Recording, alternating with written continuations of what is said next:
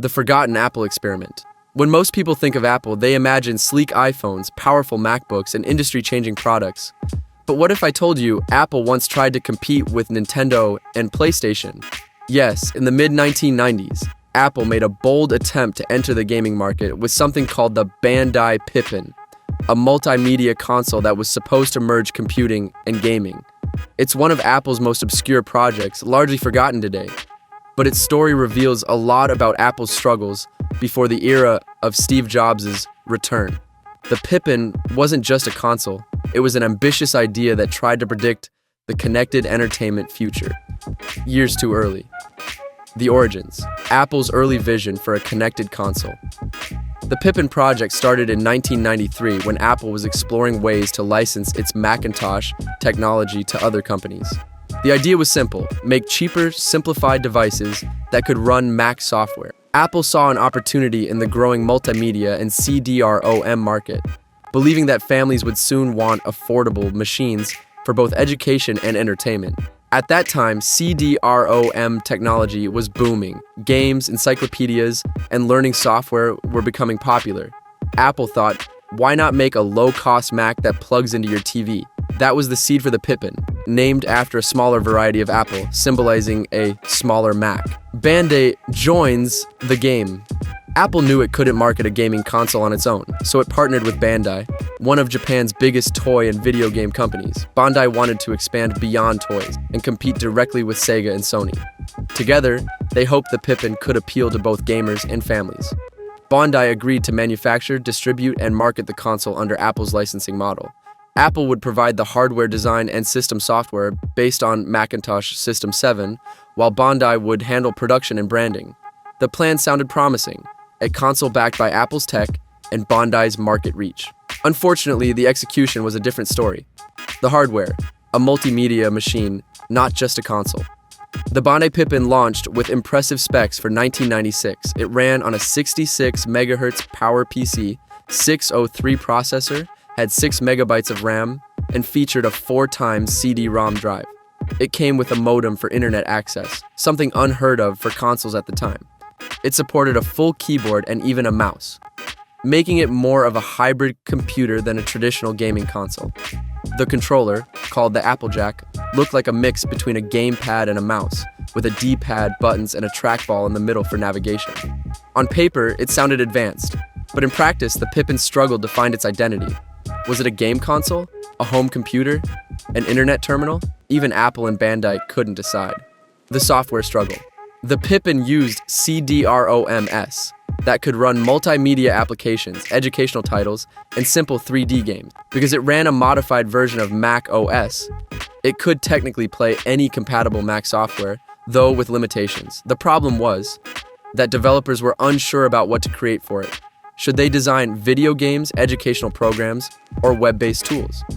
With no clear direction from Apple or Bandai, the software library was tiny, barely 20 to 30 titles during its entire lifespan. And worse, the games that did exist couldn't compete with what was available on the PlayStation, Sega Saturn, or Nintendo 64. While Sony was delivering immersive 3D experiences like Crash Bandicoot and Tekken, the Pippin was offering things like Gundam Tactics Online and Racing Days, which looked outdated even in 1996. The Internet. Before its time, one of Pippin's most forward-thinking features was its built-in modem. It allowed users to connect to the internet, browse the web, send emails, and even access online content.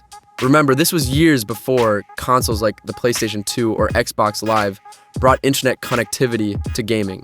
In theory, this should have made the Pippin revolutionary, but in reality it was slow, expensive, and confusing for most households.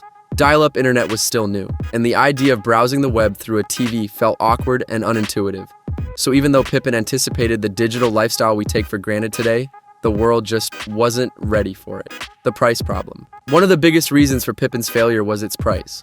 When it launched in 1996, it cost around $600, more than double the price of the Sony PlayStation or Nintendo 64. Consumers struggled to see the value in spending so much on a device that didn't clearly outperform cheaper consoles. Apple and Bandai marketed it as a multimedia computer, not a gaming console, but that only confused things further. Hardcore gamers ignored it, and families found it too expensive for something that didn't replace a real computer. This pricing mistake was fatal. The PlayStation was stylish, offered better games, and was more affordable. The Pippin, meanwhile, was stuck between two worlds, too costly for gamers, too limited for professionals. Marketing missteps. In Japan, Bandai tried to promote the Pippin as an educational tool for children. In the US, it was positioned more as a home internet machine. This lack of a consistent message left customers puzzled. Commercials showcased its multimedia potential, but barely mentioned games, while others tried to compare it with PCs, making it unclear who the product was really for. Retailers didn't know where to put it, next to PlayStations or in the computer aisle. Even the packaging reflected this confusion. Sleek but vague, emphasizing internet access and CDROMS more than gameplay. In the end, it appealed to no one. Sales disaster. The Pippin officially launched in March 1996 in Japan and June 1996 in the US. Despite early curiosity, it quickly flopped. Bandai sold fewer than 42,000 units worldwide, and by 1997, production had stopped completely. To put that into perspective, the PlayStation sold over 100 million units, and even the Sega Saturn, considered a failure, sold more than 9 million.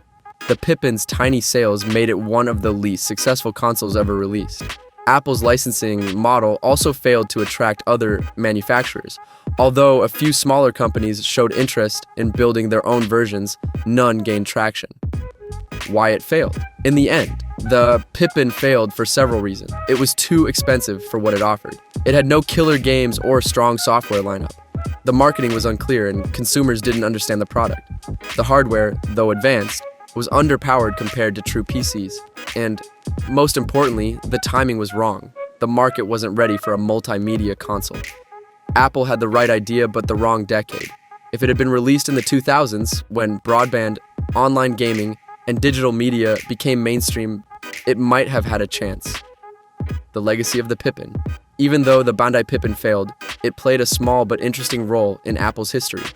The licensing model it was based on nearly pushed Apple toward collapse in the mid-90s, but it also taught the company valuable lessons about control, focus, and simplicity.